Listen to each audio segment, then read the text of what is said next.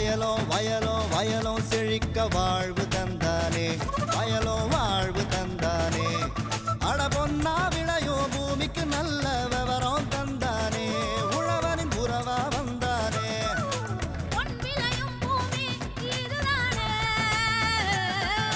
வயலோ வயலோ வயலோ செழிக்க வாழ்வு தந்தானே, வயலோ வாழ்வு தந்தானே.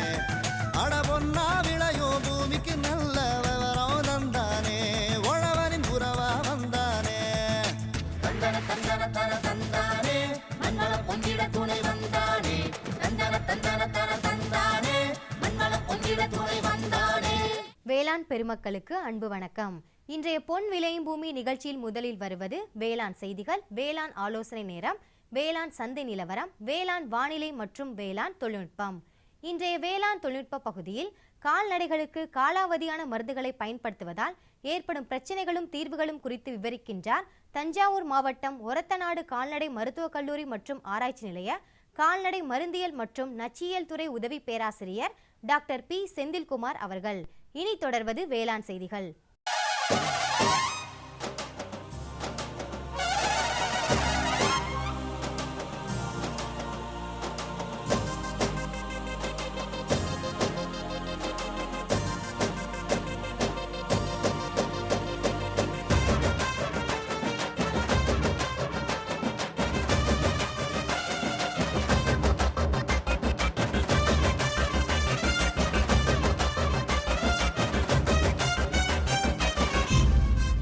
வணக்கம். வேளாண் செய்திகள். முதலில் வருவது மாத்தி யோசிச்சேங்க. வேளாண்மை கூட்டுறவு வங்கியில் விவசாயி காசு கடன் திட்டத்தினால் பயனடைந்த வேலூர் மாவட்டம் சின்ன பொன்னேரி கிராம வேளாண்மையாளர் டி கேசவன் அவர்கள் தரும் தகவல்கள். வேளாண் ஆலோசனை நேரத்தில் கோயம்புத்தூர் தமிழ்நாடு வேளாண்மை பல்கலைக்கழகம் வழங்கும் வேளாண் மண்டலங்களுக்கான வேளாண் அறிவுரை.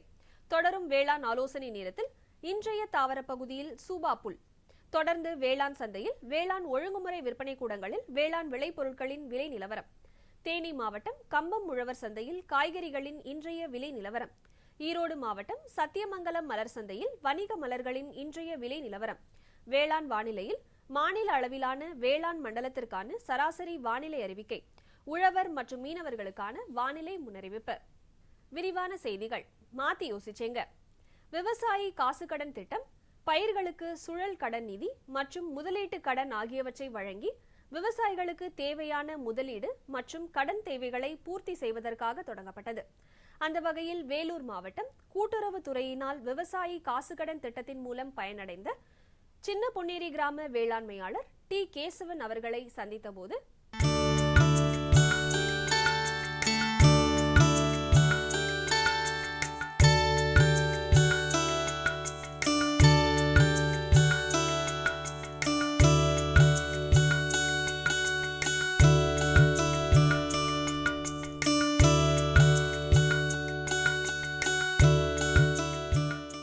நான் 12 வருஷமாக பொன்னேரி கூட்டுறவு பேங்க்கில் மெம்பராக இருக்கேன்.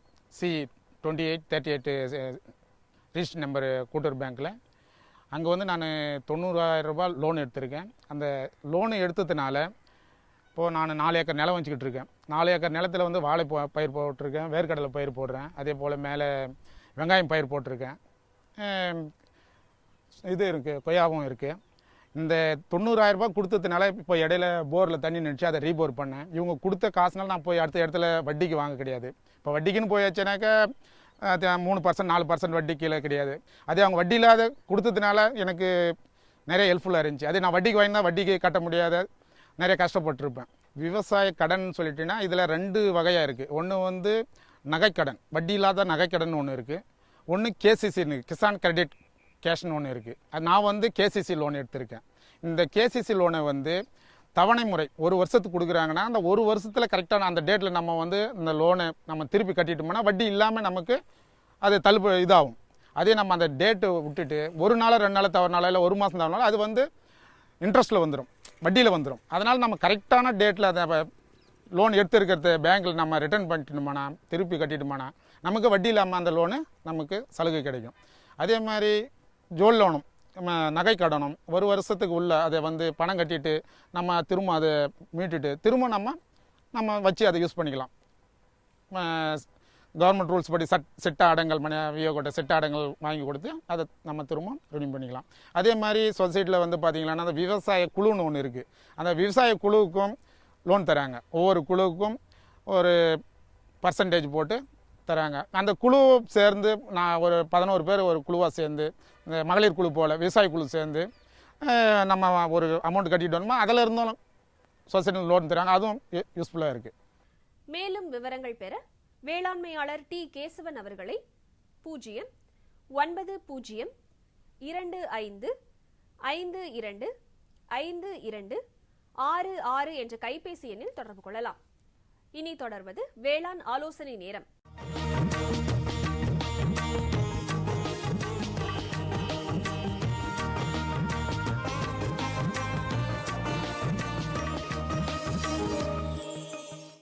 இன்றைய வேளாண் ஆலோசனை நேரத்தில் கோயம்புத்தூர் தமிழ்நாடு வேளாண்மை பல்கலைக்கழகம் வழங்கும் வேளாண் மண்டலங்களுக்கான வேளாண் அறிவுரை.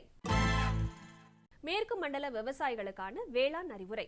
எதிர்பார்க்கப்படும் மழையை பயன்படுத்தி 120 நாட்களான இரவை மஞ்சளுக்கு மேலுரமாக ஒரு ஹெக்டருக்கு 25 கிலோ தழைச்சத்து மற்றும் 18 கிலோ சாம்பல் சத்து இடவும். தற்போது காணப்படும் வானிலையால் பால் கறக்கும் மாடுகளுக்கும் காளை மாடுகளுக்கும் கோமாரி நோய் வர வாய்ப்புள்ளது. எனவே கால்நடை ஆஸ்பத்திரிக்கு மாடுகளை அழைத்து சென்று தடுப்பூசி போடவும்.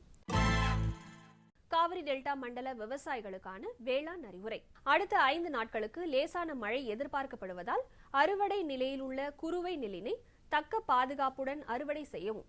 பின்சம்பா தாளடி பருவத்திற்கு ஆடுதுறை 38, ஆடுதுறை 46, ஆடுதுறை 49, வெள்ளை பொன்னி, திருச்சி 3 மற்றும் TKM 13 ரகங்களும் சாகுபடி செய்ய சிபாரிசு செய்யப்படுகிறது. தெற்கு மண்டலம் 1ற்கு உட்பட்ட மாவட்ட விவசாயிகளுக்கான வேளாண் அறிவுரை. வாழை தோட்டத்தில் அவ்வப்போது காய்ந்த வாழையில் தண்டு துளைக்கும் வண்டின் தாக்குதல் தென்படுகிறது. இவ்வண்டினை கட்டுப்படுத்த வாழை தோட்டத்தில் அவ்வப்போது காய்ந்த இலைகளையும் சருகுகளையும் அப்புறப்படுத்தி தூய்மையாக வைக்க வேண்டும். பக்க கன்றுகளை அதிகம் வளர விடாமல் வெட்டி அகற்ற வேண்டும். வண்டு தாக்கிய மரங்களை சிறு துண்டுகளாக வெட்டி உலர வைத்து பின்பு தீயிட்டு அழிக்க வேண்டும். மோனோக்ரோட்டோபாஸ் 1.5 மில்லியுடன் 350 மில்லி தண்ணீரை எடுத்துக்கொள்ள வேண்டும். இம்மருந்து கரைசலை தண்டின் அடிபாகத்தில் 60 சென்டிமீட்டர் உயரத்தில் தமிழ்நாடு வேளாண்மை பல்கலைக்கழகம் வடிவமைத்துள்ள சாய்வாக கீழே நோக்கி தண்டினுள் ஆழமாக செலுத்த வேண்டும். இதேபோன்று வாழைத்தண்டில் 150 சென்டிமீட்டர் உயரத்தில் கீழே செலுத்திய பக்கத்திற்கு எதிர்ப்புறத்தில் மேலும் 2 மில்லி செலுத்த வேண்டும். மொத்தமாக ஒரு மரத்திற்கு 4 மில்லி அளவு மருந்து செலுத்த வேண்டும். மரத்தின் 5வது மாதம் முதல் 8வது மாதம் வரை ஒவ்வொரு மாதமும் இந்த ஊசி மூலம் பூச்சிக்கொல்லி மருந்து போடுவதன் மூலம் வண்டின் தாக்குதலை தவிர்க்க முடியும். மானாவாரி நிலங்களை நன்கு உழுது புழுதியாக்கி புழுதியில் சோளம் மற்றும் பருத்தியை 5 சென்டிமீட்டர் ஆழத்தில் மழையை எதிர்பார்த்து விதைப்பு செய்யவும். இவ்வாறு விதைக்கப்பட்ட விதைகள் 10 நாட்களுக்குள் எதிர்பார்க்கப்படும் உழவு முறையினால் நன்றாக முளைத்து வளரும். தெற்கு மண்டலம் 2ற்கு உட்பட்ட மாவட்ட விவசாயிகளுக்கான வேளாண் அறிவுரை. தொடர்ந்து வறண்ட வானிலை நிலவுவதால் ஒரு தென்னை மரத்திற்கு நாள்தோறும் 100 லிட்டர் தண்ணீரை சொட்டு நீர் பாசன முறையில் நீர் பாசனம் செய்யவும். மழைக்காலம் ஆரம்பமாவதற்கு முன்பாக மாடுகளுக்கு சப்பை நோய் மற்றும் தொண்டை அடைப்பான் நோய்க்கான தடுப்பூசி போடவும். 30 நாட்கள் வயதுடைய இரவை மக்காச்சோளத்திற்கு அதிக வெப்பநிலை காணப்படுவதால் சாறு உறிஞ்சும் பூச்சிகள் வர வாய்ப்புள்ளது. இதனை கட்டுப்படுத்த 1 லிட்டர் தண்ணீருக்கு 2 மில்லி மோனோக்ரோட்டோபாஸ் மருந்து கலந்து தெளிக்கவும். மலைப்பிரதேச மண்டல விவசாயிகளுக்கான வேளாண் அறிவுரை. கூடலூர் பகுதியில் ஒரு பாக்கு மரத்திற்கு 220 gram urea, 220 gram super phosphate மற்றும் 230 கிராம் பொட்டாஷ் உரம் இடலாம். வடமேற்கு மண்டல விவசாயிகளுக்கான வேளாண் அறிவுரை. மானாவாரியில் சாகுபடி செய்யப்பட்டுள்ள நிலக்கடலை, பாசிப்பயிறு, உளுந்து மற்றும் துவரை பயிர்களை வறட்சியிலிருந்து காத்திட 0.5% பொட்டாசியம் குளோரைடு கரைசலை 1 லிட்டர் நீருக்கு 5 கிராம் என்ற அளவில் இலைகள் மீது தெளிப்பதன் மூலம் இலை துளைகள் மூடப்பட்டு பயிர்களிலிருந்து நீர் ஆவியாவது தடுக்கப்படுவதால் பயிர்கள் வறட்சியிலிருந்து காக்கப்படுகிறது. இதனை போதிய மண் ஈரம் இருக்கும்போது செய்யவும். வடகிழக்கு மண்டல விவசாயிகளுக்கான வேளாண் அறிவுரை. சம்பா நெல் நாற்றங்காலில் களைகளை கட்டுப்படுத்த விதைத்த 3ஆம் நாள் ஹெக்டருக்கு 300 கிராம் பிரிட்டிலா குளோர் மற்றும் சேப்பனர் என்ற களைக்கொல்லியை தெளிக்கவும். களைக்கொல்லியை தெளிப்பதற்கு முன்பாக கண்ணாடி அளவு நீர் நிறுத்தி வடிகட்டாமல் பார்த்துக் கொள்ளவும். அதிக மழை பெறும் மண்டல விவசாயிகளுக்கான வேளாண் அறிவுரை. அனாசி வயல்களில் மூடாக்கு இடுவதன் மூலம் மண் ஈரப்பதம் வீணாகாமல் தடுக்கலாம். வாழையில் காய்ந்த மற்றும் நோய் தாக்கிய இலைகளை அகற்றி எரிப்பதன் மூலம் இலைப்புள்ளி நோய் பரவுதலை கட்டுப்படுத்தலாம். தொடரும் வேளாண் ஆலோசனை நேரத்தில் இன்றைய தாவர பகுதியில் சூபா புல் குறித்து விவரிக்கிறார் கோயம்புத்தூர் மாவட்டம் மேட்டுப்பாளையம் வனக்கல்லூரி மற்றும் ஆராய்ச்சி நிலைய பேராசிரியர் மற்றும் தலைவர் முனைவர் KT பார்த்திபன் அவர்கள். நம்ம பார்த்தீங்கன்னா வேளாண் காடுகள் நிகழ்ச்சியில் நமது ஏற்கனவே வாரந்தோறும் ஒரு வகையான மரங்களை பற்றி தெரிந்து கொண்டிருக்கிறோம். அந்த வகையில் தடிமர வகைகள், காகிதக்குள் மரங்கள், ஒட்டுப்பலகை மரங்கள் மற்றும் உயிர் எரிசக்தி மரங்கள், இதெல்லாம் நிறைய மரங்களை பற்றி தெரிந்து கொண்டு வந்திருக்கிறோம். அந்த வகையில் நாம் இப்பொழுது பார்த்து கொண்டிருக்கிற மரங்கள் குறுகிய கால பயிர்கள். அந்த வகையில் பார்த்தீங்கன்னா இந்த குறுகிய கால பயிர்களில் சுபாபுல் அல்லது குபாபுல் அல்லது சவுண்டல் என்று அழைக்கக்கூடிய லூசினா லூக்கோசெஃபாலா இந்த மரம் உண்மையிலேயே குறுகிய கால பயிர். ஏறக்குறைய 12 மாதங்களிலிருந்து 36 மாதங்களில் இந்த மரம் அறுவடைக்கு உகந்ததாகும். இந்த மரம் நல்ல நைட்ரஜன் பிக்சர் என்று சொல்லுவார்கள். ஏறக்குறைய ஆகாயத்தில் உள்ள நைட்ரஜனை தலைச்சத்தை நிலைநிறுத்தி மண் வளத்தை பெருக்குவதில் சுபாபுலுக்கு இணையான மரம் வேறு எதுவுமே இல்லை, அந்தளவுக்கு கூட சொல்லலாம். அது மட்டும் இல்லாமல் இந்த மரம் வேகமாக வளரக்கூடியது. இந்த மரத்தின் பயன்கள்னு பார்த்தீங்கன்னா மரங்கள் அதிக அளவில் காகித உற்பத்திக்கு பயன்படுத்தப்படுகிறது. சமீப காலமாக இந்த உயிர் எரிசக்தி நிறுவனங்கள், குறிப்பாக மரத்திலிருந்து மின்சாரம் தயாரிக்கும் நிறுவனங்கள் சுபாபுல் மரத்தை அதிக அளவில் வளர்த்து அதிலிருந்து மரம் உற்பத்தி, அதாவது மின்சார உற்பத்திக்கு பயன்படுத்துகிறார்கள். மூன்றாவதாக இந்த மரம் நல்ல தீவன பயிராகும்.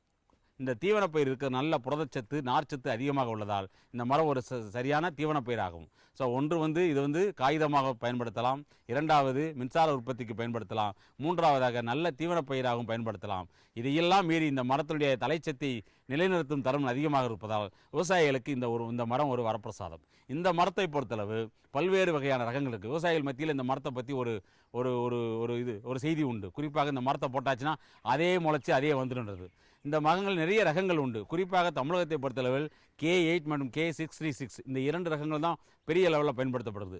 முன்னால் அறிமுகப்படுத்தப்பட்ட K8 என்ற ரகம் பார்த்தீங்கன்னா நீங்கள் சொன்ன மாதிரி அதிக அளவு ஒரு விதை உற்பத்தி பண்ணி பக்கத்து காடுகள்லாம் போகிறதுக்கு வாய்ப்புகள் உண்டு. ஆனால் இப்பொழுது அறிமுகப்படுத்தப்பட்டுள்ள குறிப்பாக K636 என்ற அதுலேருந்து ஒரு தேர்வு செய்யப்பட்ட ரகம் பார்த்தீங்கன்னா, குறிப்பாக தமிழ்நாடு வேளாண்மை பல்கலைக்கழகம் எங்கள் வனக்கல்லூரி மூலமாக நாங்கள் கொடுத்துட்ருக்கிறது பார்த்தீங்கன்னா ஒரு ஷை பேரர் என்று சொல்வார்கள். எல்லா மரமும் அதிகமாக பூத்து காய்க்காது, சில மரங்கள் மட்டும் பார்த்துக்கணும். மேலும் இந்த மரத்தில் ஒரு ஸ்டெரிலிட்டி, அதாவது விதையே பூக்காத மரம், காய்க்காத மரம் கண்டுபிடிச்சி ஆய்வுகளும் நடந்துகிட்ருக்கு. வருங்காலங்களில் அந்த மாதிரி மரங்கள் வரும். இப்போதைக்கு இருக்கிற இந்த மரங்களில் இந்த 636 என்ற ரகத்திலேருந்து தேர்வு செய்யப்பட்ட மரத்தை நட்டீர்களானால் உங்களுக்கு ஷை பேரர் பெரிய லெவலில் அது விதையை உற்பத்தி பண்ணாது, கொஞ்சமாக தான் உற்பத்தி பண்ணும். இந்த மரங்களை வேளாண் காடுகளில் வளர்க்கும் பொழுது குறிப்பாக குறு மற்றும் சிறு விவசாயிகள் ஒரு ஏக்கருக்கு குறைந்தபட்சம் 444 மரங்கள் நடலாம். அதில் ஊடுபயிர் பண்ணுறதுக்கு உங்களுக்கு வாய்ப்புகள் அதிகம். குறைந்தபட்சம் 1 to 1.5 ஆண்டுகளுக்கு ஊடுபயிர் பண்ணலாம். அடுத்த 1 ஆண்டுகளே இந்த மரம் அறுவடைக்கு வந்துவிடும். சப்போஸ் எங்களுக்கு இது வேணாம், எங்களுக்கு இந்த மரம் தீவன பயிராகவும் இருக்குது, கமர்ஷியலாகவும் இருக்குது என்று நினைக்கும் பட்சத்தில் இந்த மரத்தை ஒரு ஏக்கருக்கு குறைந்தபட்சம் 1770, அதிகபட்சமாக 2800, அதாவது 5 அடி 4 அடி முதல் 4 அடி இருந்து 5 அடி முதல் 5 அடி முறை வளர்த்தீர்களானால் குறைந்தபட்சம் 24 மாதங்களில் மரம் அறுவடைக்கு வந்துடும். நான் ஏற்கனவே சொன்ன மாதிரி 2 இன்ச்சிலிருந்து 5 இன்ச்சு உள்ள மரம் பயன்பாட்டிற்கு உகந்ததாகும். அந்த 2 இன்ச்சு என்பது 1 வருடத்தில் வளரக்கூடியது, 5 இன்ச்சு என்பது 2 முதல் 3 வருடங்களில் பயனுக்கு வந்துவிடும். ஆகையால் விவசாய பெருங்குடி மக்களே, இந்த சுபாபுல் மரத்தை வரப்போரமாகவோ தோப்பாகவோ அல்லது பேடுரோ என்று சொல்லுவார்கள், 2 அல்லது 3 வரிசை கொண்ட அதிக இடைவெளி கொண்ட பேடுராகவோ வளர்த்தேயானால் இந்த மரம் ஹெட்ஜுக்கும், அதாவது டாப்பை மட்டும் பண்ணி விட்டுலாம். அதாவது இது தீவன பயிராக வளர்க்க விரும்புபவர்கள் ஹெட்ஜிங் டூல் டெக்னாலஜி இருக்குது, அதையும் பண்ணிக்கலாம். இந்த மாதிரி அதிகமாக பயனுள்ளதுனால இந்த மரத்தை தங்கள் தங்கள் விளைநிலங்களில், குறிப்பாக வேளாண் காடுகள் மூலமாக இந்த மரத்தை அறிமுகப்படுத்தும் பட்சத்தில் உங்களுக்கு பல்வேறு வகையான பயன்களை கொடுத்து உங்கள் வாழ்வாதாரத்தை உயர்த்தும் என்பதில் எல்லளவும் சந்தேகமில்லை. விளம்பர இடைவேளைக்கு பிறகு வேளாண் செய்திகள் தொடரும்.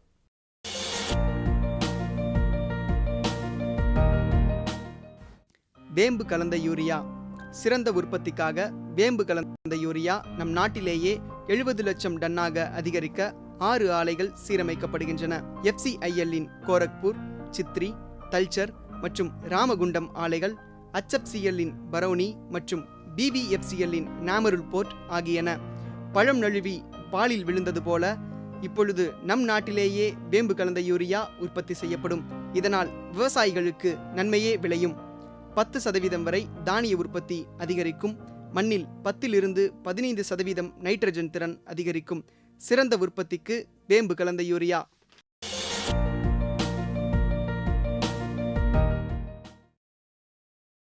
இனி வருவது வேளாண் சந்தை.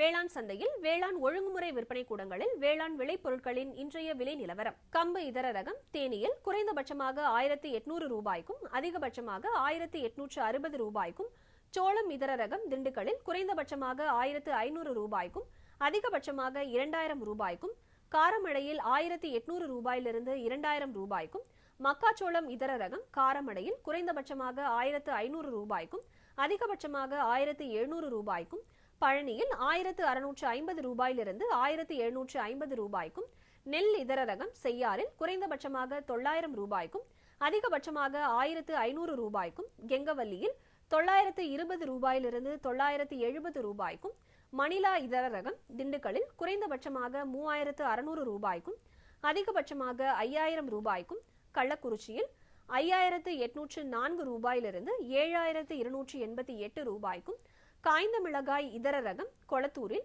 குறைந்தபட்சமாக 12000 ரூபாய்க்கும் அதிகபட்சமாக 14000 ரூபாய்க்கும், மஞ்சள் விரலி ஈரோட்டில் குறைந்தபட்சமாக 6555 ரூபாய்க்கும் அதிகபட்சமாக 8699 ரூபாய்க்கும், கரூரில் 7600 ரூபாயிலிருந்து 7800 ரூபாய்க்கும் விற்பனை செய்யப்பட்டது. தேனி மாவட்டம் கம்பம் உழவர் சந்தையில் காய்கறிகளின் இன்றைய விலை நிலவரம். கத்தரிக்காய் 1 கிலோ 16 ரூபாய்க்கும், வெண்டைக்காய் 1 கிலோ 12 ரூபாய்க்கும், அவரைக்காய் 1 கிலோ 26 ரூபாய்க்கும், சின்ன வெங்காயம் 1 கிலோ 20 ரூபாய்க்கும், பெரிய வெங்காயம் 1 கிலோ 18 ரூபாய்க்கும், பச்சை மிளகாய் 1 கிலோ 16 ரூபாய்க்கும், தக்காளி 1 கிலோ 12 ரூபாய்க்கும், கறிவேப்பிலை 1 கிலோ 24 ரூபாய்க்கும், கொத்தமல்லி 1 கிலோ 20 ரூபாய்க்கும், புதினா 1 கிலோ 30 ரூபாய்க்கும் விற்பனை செய்யப்பட்டது. ஈரோடு மாவட்டம் சத்தியமங்கலம் மலர் சந்தையில் வணிக மலர்களின் இன்றைய விலை நிலவரம். கத்தரி ரோஸ் 20 பூக்களை கொண்ட ஒரு பாக்கெட்டின் விலை 40 ரூபாய்க்கும், மல்லிகை 1 கிலோ 100 ரூபாய்க்கும், முல்லை 1 கிலோ 120 ரூபாய்க்கும், கனகாம்பரம் 1 கிலோ 250 ரூபாய்க்கும், செண்டுமல்லி 1 கிலோ 15 ரூபாய்க்கும், பட்டன் ரோஸ் 1 கிலோ 160 ரூபாய்க்கும், துளசி கட்டு ஒன்று 40 ரூபாய்க்கும், சம்பங்கி 1 கிலோ 20 ரூபாய்க்கும், அரளி 1 கிலோ 60 ரூபாய்க்கும், சாமந்தி 1 கிலோ 180 ரூபாய்க்கும், காக்கடா 1 கிலோ 75 ரூபாய்க்கும், கோழிக்கொண்டைப்பூ 1 கிலோ 40 ரூபாய்க்கும் விற்பனை செய்யப்பட்டது. இனி வருவது வேளாண் வானிலை.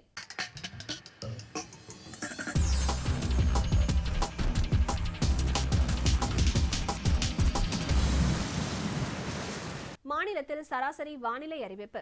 காற்றின் வெப்பநிலை அதிகபட்சமாக 33.2 டிகிரி செல்சியஸாகவும் குறைந்தபட்சமாக 25.5 டிகிரி செல்சியஸாகவும், காற்றின் ஒப்பு ஈரப்பதம் 56.9%ஆகவும், காற்றின் வேகம் மணிக்கு 5.9 கிலோமீட்டராகவும், மண்ணின் ஈரப்பதம் 15 சென்டிமீட்டர் ஆழத்தில் 20.9%ஆகவும், மண்ணின் வெப்பநிலை 15 சென்டிமீட்டர் ஆழத்தில் 30.1 டிகிரி செல்சியஸாகவும், மழை அளவு 1.1 மில்லிமீட்டராகவும், சூரிய கதிர்வீச்சு 387 கலோரி பெர் சென்டிமீட்டர் ஸ்கொயராகவும், வளிமண்டல அழுத்தம் 1047.8 ஹெக்டா பாஸ்கல் அளவாகவும், இலையின் ஈரப்பதம் மணிக்கு 2.3 ஆகவும் இருந்தது.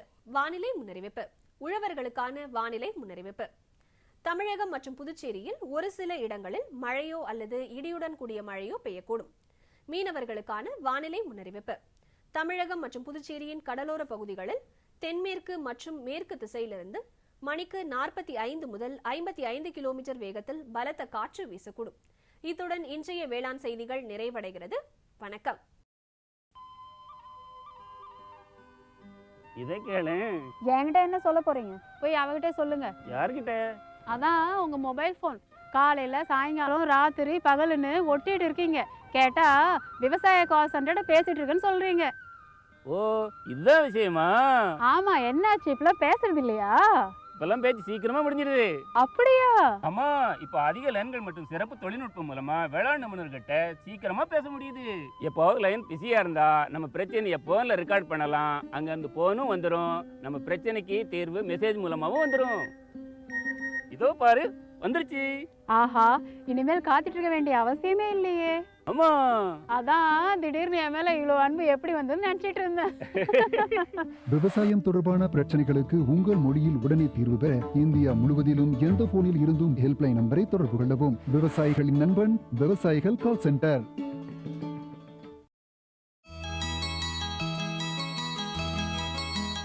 கால்நடை வளர்ப்பில் அதிக லாபம் பெற சரியான அளவில் தீவனமும் முறையான பராமரிப்பும் அவசியம். முறையான பராமரிப்பானது கொட்டகையின் சுத்தம் மற்றும் கால்நடைகளுக்கு ஏற்படும் நோய்களுக்கான மேலாண்மை ஆகியவற்றை பொறுத்து அமையும். இன்றைய காலகட்டத்தில் முறையான பராமரிப்பிற்காக பல்வேறு மருந்துகள் பயன்படுத்தப்பட்டு வருகின்றன. மேலும் கால்நடைகளுக்கு காலாவதியான மருந்துகளை பயன்படுத்துவதால் ஏற்படும் பிரச்சனைகள் பற்றியும் அதற்கான தீர்வு பற்றியும் விரிவாக விவரிக்கின்றார் தஞ்சாவூர் மாவட்டம் ஒரத்தநாடு கால்நடை மருத்துவக் கல்லூரி மற்றும் ஆராய்ச்சி நிலைய கால்நடை மருந்தியல் மற்றும் நச்சியல் துறை உதவி பேராசிரியர் டாக்டர் பி செந்தில்குமார் அவர்கள்.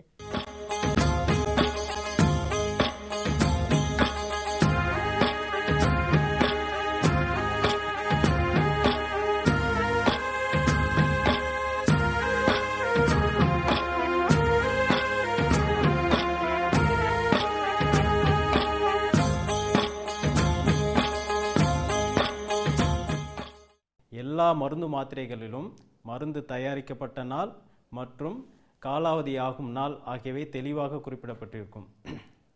மருந்து தயாரிக்கப்பட்ட நாட்களுக்கும் காலாவதி ஆகும் நாட்களுக்கும் இடைப்பட்ட காலத்தை மருந்து வாழ்காலம், அதாவது செல்ஃப் லைஃப் என்று கூறுவர். ஒரு மருந்து மாத்திரையின் வாழ்காலம் 1 முதல் 5 வருடங்கள் இருக்கும். இந்த வாழ்காலத்தில் மருந்தின் ஆற்றல் மற்றும் நிலைப்புத்தன்மை 95% பாதுகாக்கப்படும். ஒரு மருந்தில் அதன் காலாவதியாகும் நாள் மார்ச் 2016 என்று குறிப்பிடப்பட்டிருந்தால் அந்த மருந்தினை மார்ச் மாதம் 31ஆம் தேதி வரை, அதாவது அந்த மாதம் முடியும் வரை பயன்படுத்தலாம். பொதுவாக திட நிலையில் உள்ள மருந்துகளின் வாழ்காலம் மிக அதிகம். அதாவது மருந்து மாத்திரைகள், பவுடர் நிலையில் உள்ள மருந்துகளின் வாழ்காலம் 5 வருடங்கள் வரை இருக்கும். ஆனால் திரவ நிலையில் உள்ள மருந்துகளின் வாழ்காலம் குறைவாக இருக்கும். அதாவது 2 முதல் 3 வருடங்கள் மட்டுமே இருக்கும். அதாவது திரவ நிலையில் உள்ள ஊசி மருந்துகள், திரவ நிலையில் உள்ள வாயு வழியாக கொடுக்கப்படும் மருந்துகளின் வாழ்காலம் குறைவாக இருக்கும். மருந்துகளின் வாழ்காலத்தில் அதனுடைய ஆற்றல் மற்றும் நிலைப்புத்தன்மை 95% அதிகமாக பாதுகாக்கப்பட வேண்டும் என்றால் அந்த மருந்துகளை பரிந்துரைக்கப்பட்ட வெப்பநிலை மற்றும் ஈரப்பதத்தில் சேமிப்பது முக்கியம். எல்லா மருந்துகளிலும் சேமிக்கப்பட வேண்டிய வெப்பநிலை தெளிவாக குறிப்பிடப்பட்டிருக்கும். பொதுவாக பரிந்துரைக்கப்பட்ட வெப்பநிலையை விட கூடுதலான வெப்பநிலையில் மருந்துகளை சேமித்தால் அதன் ஆற்றலில் இழப்பு அதிகமாக ஏற்படும்.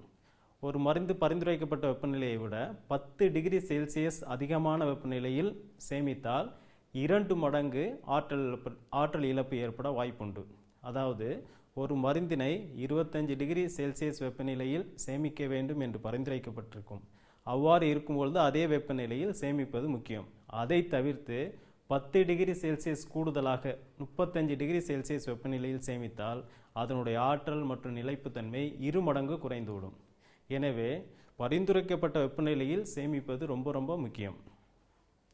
பொதுவாக மருந்துகளில் உறை வெப்பநிலை அல்லது கோல்டு டெம்பரேச்சர் எனப்படும் குளிர் வெப்பநிலை அல்லது அறை வெப்பநிலை அல்லது மித வெப்பநிலை போன்ற வெப்பநிலைகளில் சேமிக்க வேண்டும் என்று பரிந்துரைக்கப்பட்டிருக்கும்.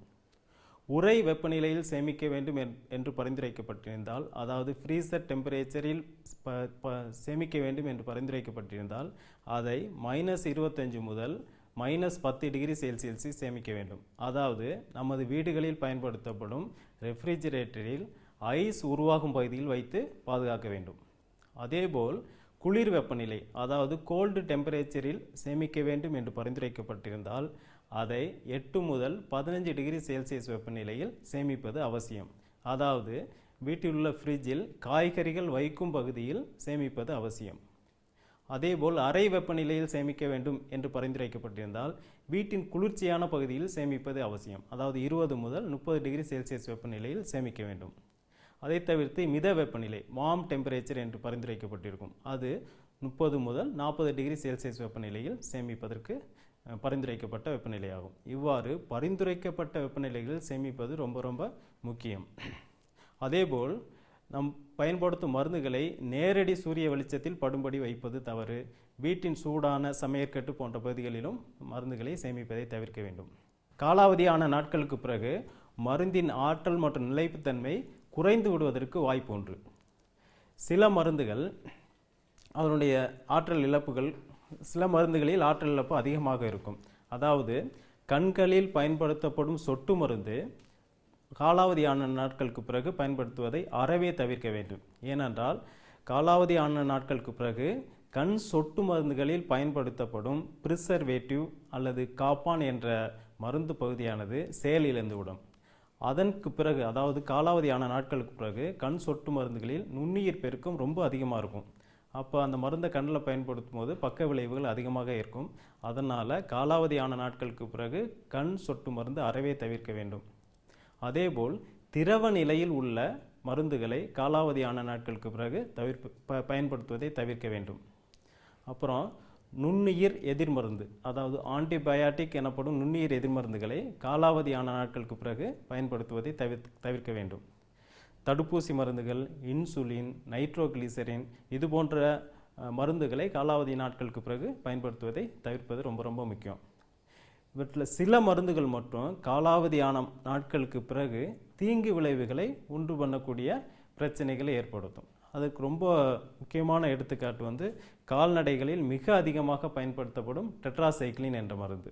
இது ஒரு நுண்ணுயிர் மருந்து. இந்த மருந்து காலாவதியான நாட்களுக்கு பிறகு சிறுநீரக பாதிப்புகளை அதிகம் ஏற்படுத்தக்கூடிய தன்மையினை அடைந்துவிடும். எனவே பொதுவாக காலாவதியான நாட்களுக்கு பிறகு மருந்துகளை பயன்படுத்தி பக்க விளைவுகள் ஏதேனும் ஏற்பட்டால் அல்லது தீங்கு விளைவுகள் ஏதேனும் ஏற்பட்டால் சட்டப்படி உற்பத்தியாளரை தண்டிப்பது முடியாத காரியமாகிவிடும். ஆகவே மருந்துகள் பயன்படுத்தும் போது கண்டிப்பாக காலாவதி நாட்கள் பார்த்து அதற்குள் இருக்கிறதா என்று பார்த்து பயன்படுத்த வேண்டும். இரண்டாவது, பயன்படுத்த வேண்டிய மருந்துகளை பரிந்துரைக்கப்பட்ட வெப்பநிலையில் பராமரித்து அதன்பின் அந்த மருந்துகளை கண்டிப்பாக கால்நடைகளில் பயன்படுத்த வேண்டும். இதை தவிர்த்து காலாவதி நாட்கள் பார்க்காமலும் பரிந்துரைக்கப்பட்ட வெப்பநிலைகளில் சேமிக்காமலும் மருந்துகளை பயன்படுத்தும் பொழுது மக்களுக்கோ இல்லை கால்நடைகளிலோ பொருளாதார இழப்பு ரொம்ப அதிகமாக ஏற்படுறதுக்கு வாய்ப்பு உண்டு. அதனால் இது சம்பந்தமான சந்தேகங்கள், அதாவது காலாவதி நாட்கள் மற்றும் சேமிக்கப்பட வேண்டிய வெப்பநிலை பற்றிய சந்தேகங்கள் ஏற்பட்டால் அருகில் உள்ள கால்நடை மருத்துவர்களை சந்தித்து விளக்கம் கேட்டுக்கொண்டு மருந்துகளை பயன்படுத்த கேட்டுக்கொள்கிறேன். மேலும் விவரங்கள் பெற டாக்டர் பி செந்தில்குமார் அவர்களை 07598343591 என்ற கைபேசி எண்ணில் தொடர்பு கொள்ளலாம். சுகமாய் பரவும் நறுமணத்தில், சுவை எனும் இன்பத் தோட்டத்தில், வளர்ச்சி எனும் பாதையில், மலர்ந்திருக்கும் புன்னகையில், பசுமையான செடிகளில், பெரிய பெரிய வர்த்தகங்களில், தேனீக்களின் ரீங்காரத்தில், மகிழ்ச்சியின் இன்ப ஒலியில். NHM தோட்டக்கலை இயக்கம். எங்கள் விருப்பம் உங்களது புன்னகை. 23/9/2016 வெள்ளிக்கிழமை அன்று பொன் விளையும் பூமி நிகழ்ச்சியில் மாத்தி யோசிச்சேங்க. விவசாயி காசு கடன் பெற்று சப்போட்டா சாகுபடி செய்து பயனடைந்த வேலூர் மாவட்டம் பொன்னேரி கிராம வேளாண்மையாளர் S. ஆஞ்சநேயன் அவர்கள் தரும் தகவல்கள். வேளாண் ஆலோசனை நேரத்தில் காவிரி டெல்டா மாவட்டங்களுக்கான வேளாண் அறிவிக்கை. தொடரும் தகவல் நேரத்தில் மண்ணில் கந்தக சத்து மற்றும் போரான் சத்து ஆய்வு முறைகள் குறித்த தகவல்கள். வேளாண் தொழில்நுட்ப பகுதியில் மரப்பயிர்களில் நூற்புழு மேலாண்மை முறைகள் குறித்து கோயம்புத்தூர் மாவட்டம் மேட்டுப்பாளையம் வனக்கல்லூரி மற்றும் ஆராய்ச்சி நிலைய நூற்புழுவியல் துறை உதவி பேராசிரியர் முனைவர் PG கவிதா அவர்கள் தரும் விளக்கம் ஆகியன இடம்பெறும். மீண்டும் நாளைய பொன் விளையும் பூமி நிகழ்ச்சியில் சந்திப்போம். நன்றி, வணக்கம்.